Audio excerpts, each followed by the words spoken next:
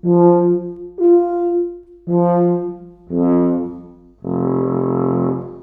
this is a California F Tuba. It's a piston valve and one rotor F Tuba, and although it's quite a small instrument to look at, it's quite a fat instrument, certainly in the low register when you play it. I've played a Strauss excerpt that I think shows off the extremes of the low to the high range on the instrument. This tuba comes in two models, the California F, which I'm holding here, and the California Solo, which has a slightly smaller bell for even more projection. But I think the most important thing about this tuba is the consistency of the sound across the range.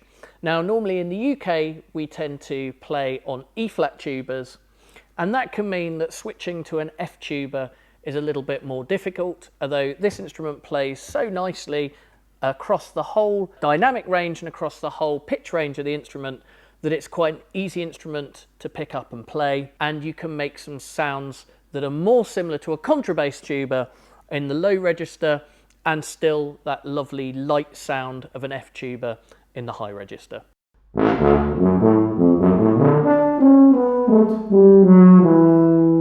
If you want to learn more about this instrument, do follow the link in the description. Thanks so much for watching. Make sure you subscribe so you don't miss our next video.